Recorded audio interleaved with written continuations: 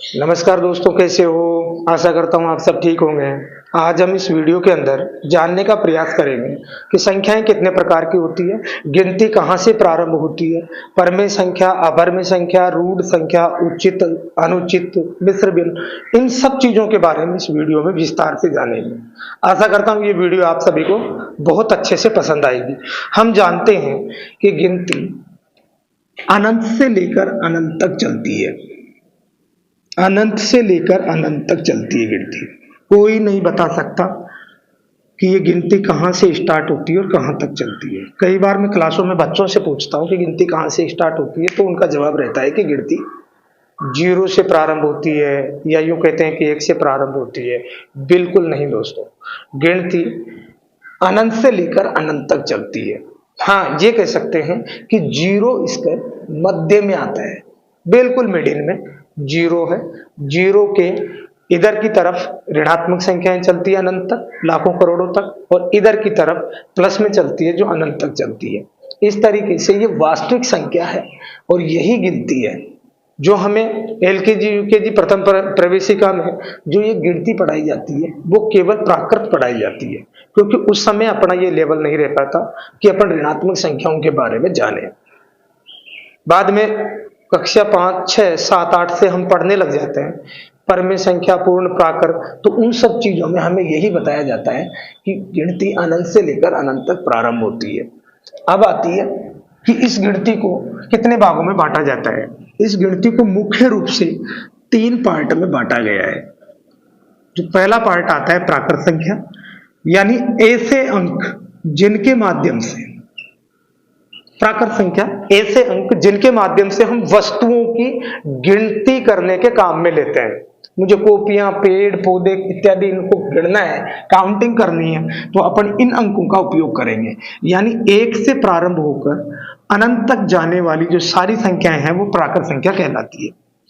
अब आती है पूर्ण संख्या। पूर्ण संख्या किसे कहते हैं? ऐसे अंक जो 0 से प्रारंभ होते हैं। प्राकृत संख्या में हमने पढ़ा कि 1, 2, 3, 4, 1 से प्रारंभ होकर अनंत तक जाने वाले अंक प्राकृत संख्या कहलाती है। लेकिन 0 से प्रारंभ होकर अनंत तक जाने वाले जितने भी अंक हैं वो सब पूर्ण संख्या कहलाती है। अब आता है पूर्णांक। पूर्णांक कहते हैं अनंत से लेकर अनंत तक जाने वाले ये सारे अंक मिलकर के पूर्णांक कहलाते हैं। ये बात अलग है कि हम इन्हें ऋणात्मक पूर्णांक कहते हैं और इन्हें कहते हैं अपन धनात्मक पूर्णांक, लेकिन ये सारे कहलाते हैं पूर्णांक। इसमें दोनों ही आ जाते हैं, ऋणात्मक और धनात्मक, ये होते हैं पूर्णांक। अनंत तक जाते हैं ये दोनों तरफ, उधर भी अनंत तक इधर भी अनंत तक, इनको कहते हैं अपन पूर्णांक। अब बात आती है कि परमेय कहां से आती है। फिर परमेय कहते हैं किसको? तो हमें पता होना चाहिए कि परमेय की परिभाषा में लिखा रहता है, मुख्य रूप से जब अपन पुस्तकों में इस परिभाषा को पढ़ते हैं तो वहां आता है कि ऐसे पूर्णांक।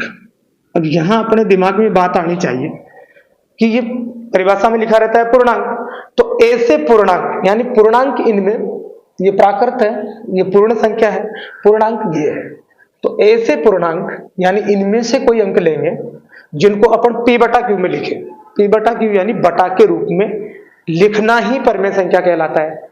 मान लो मैंने इसमें से अंक ले लिए, एक 3 लिया, एक 5 लिया, इसे मैंने बटा के रूप में लिखा, तो या तो मैं लिखूंगा 3/5 या लिखूंगा मैं 5/3। ये दोनों ही परमेय संख्या है। लेकिन ध्यान देने वाली बात यह है कि इस परिभाषा के अंदर यह भी लिखा रहता है कि q बराबर 0 नहीं है। q क्रॉस 0, यानी जब आप इसे p/q में लिखोगे तो ये p माना जाता है ये हिस्सा, और ये q माना जाता है। तो पुस्तक ये कहती है कि इस जगह पे 0 नहीं आना चाहिए, क्योंकि अभी अभी अपन ने बोला है कि ये जो पूर्णांक है इनमें से कोई से भी 2 अंकों को लेकर के बटा के रूप में लिखना परमेय कहलाता है। तो इनमें से कोई से भी 2 अंकों में तो हम शून्य भी ले सकते हैं। मान लो किसी ने 0 और -2 ले लिया, तो 0/-2, या फिर वो लिखेगा -2/0। तो यहां ध्यान देने वाली बात यह है कि ये ऊपर का अंक p माना जाता है, नीचे का अंक माना जाता है q। तो ऊपर वाले p की जगह पे 0 आ सकता है, कोई दिक्कत नहीं है, ये परमेय है, लेकिन इसे हम परमेय नहीं मानेंगे क्योंकि ये हमारी परिभाषा का क्राइटेरिया पूरा नहीं करती है। q बराबर 0 नहीं आना चाहिए, जबकि यहाँ पर नीचे 0 लिखा हुआ है, q के स्थान पर 0 आ गया है, इसलिए ये अपर्मेय है। तो जब भी परीक्षा में हमें ये पूछा जाता है कि परमेय किसे कहते हैं, तो हमें बताना चाहिए कि ऐसे पूर्णांक जिनको हम p बटा q में लिख सकते हैं, जहां पर नीचे q के स्थान पर 0 नहीं हो, उसे अपन परमेय संख्या कहते हैं। अब आती है बात कि उचित, अनुचित और मिश्र भिन्न क्या होती है, किसे कहते हैं। तो इसमें भी यही चीज अपन पढ़ेंगे कि जो पूर्णांक होते हैं उनको बटा के रूप में जब लिखा जाता है तो वो बटा के रूप में कई प्रकार की कंडीशन में लिखा जाता है, जैसे 5/7। अब हम यहां जानने का प्रयास करेंगे कि ये उचित है, अनुचित है, किस प्रकार के भिन्न है ये। दोस्तों, जैसा कि उचित, उचित यानी होता है अच्छा, ठीक, कहते हैं ना ये कार्य अच्छा है, ये करना चाहिए, ये उचित है, और कोई कार्य बुरा होता है तो अपन कहते हैं ये अनुचित है। तो उचित यानी होता है ठीक, और एक होती है अनुचित। अनुचित किसे कहते हैं? जो अच्छा नहीं हो, जो बेकार हो, जो अच्छा महसूस नहीं हो, अच्छा नहीं लगे अपन को।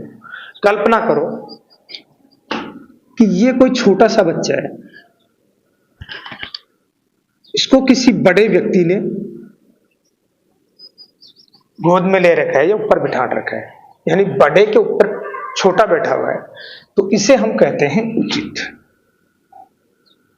उदाहरण के रूप में मैंने यहां पर लिख रखा है 5/7, यानी ये बड़े के ऊपर छोटा अंक बैठा हुआ है, तो ये मानी जाएगी उचित।